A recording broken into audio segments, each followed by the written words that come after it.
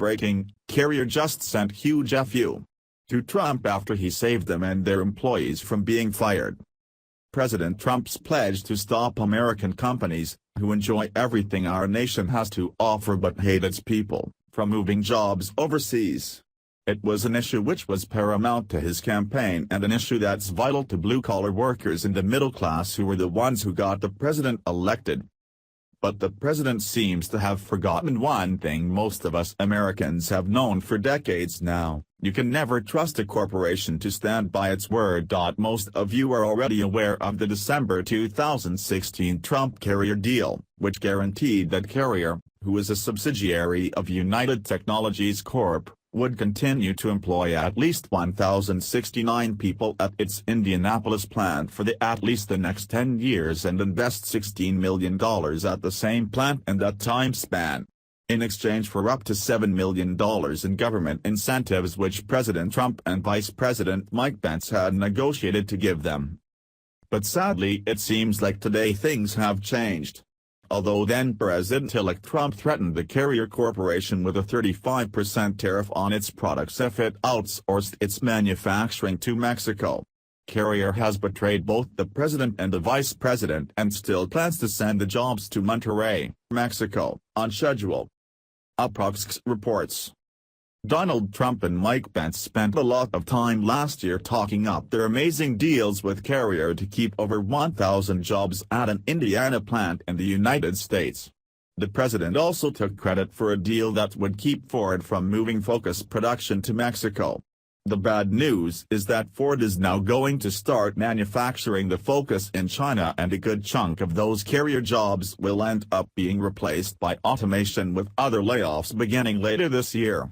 As CNBC puts it, the deals are not living up to the hype. Carrier is about to cut 600 manufacturing jobs, the same jobs that were at the center of many campaign promises made by the president. That might surprise Trump supporters who felt he was starting off his presidency strong, brokering a big deal for the American people before he was even in office. But those with closer ties to the Carrier plant tried to warn that the deal wasn't all it was chalked up to be. Union leaders tried to explain back in December that Trump's boasts didn't add up, literally. Trump and Pence, they pulled a dog and pony show on the numbers, said United Steelworkers' 1999 President Chuck Jones. For whatever reason, Trump lied his day off. A Carrier spokesperson confirmed that 350 of those jobs were engineering and technical positions that were never at risk for going overseas or across the border to Mexico.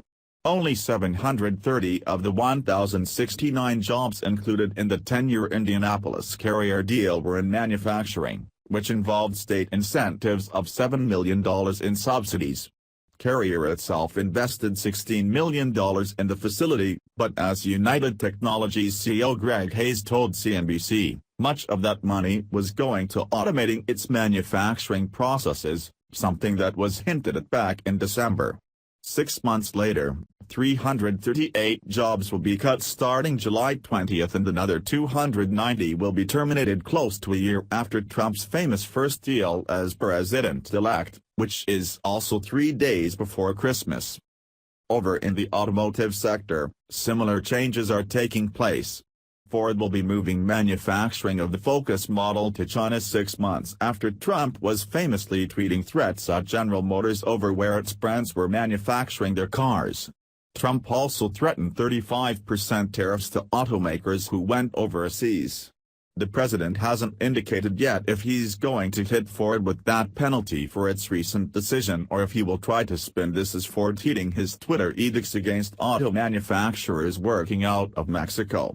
It might simply be that the news is recent and there are bigger problems at hand, like the frothing opposition to the GOP's healthcare bill or Trump's attempts to formulate a workable budget.